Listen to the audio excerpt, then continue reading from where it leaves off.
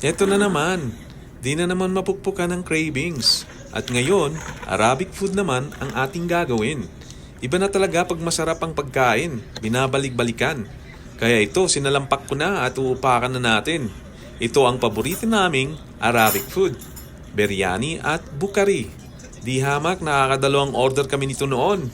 Kaya ito, nakatatlong plato na ako ngayon. Ang sarap kasi.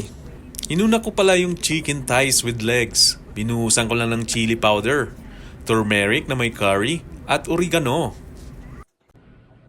Mekos. Hinalo ko ang ibig sabihin nun. Tapos nilagyan ko ng asin para timplahan. Ibinabad ko ng isang araw para swak ang lasa. Eto na, ready to oven na. Nilagyan ko ng konting butter para di maging dry. Ipunas lang yan kung saan saan para sumuot sa laman. At ipasok na yan para iluto na.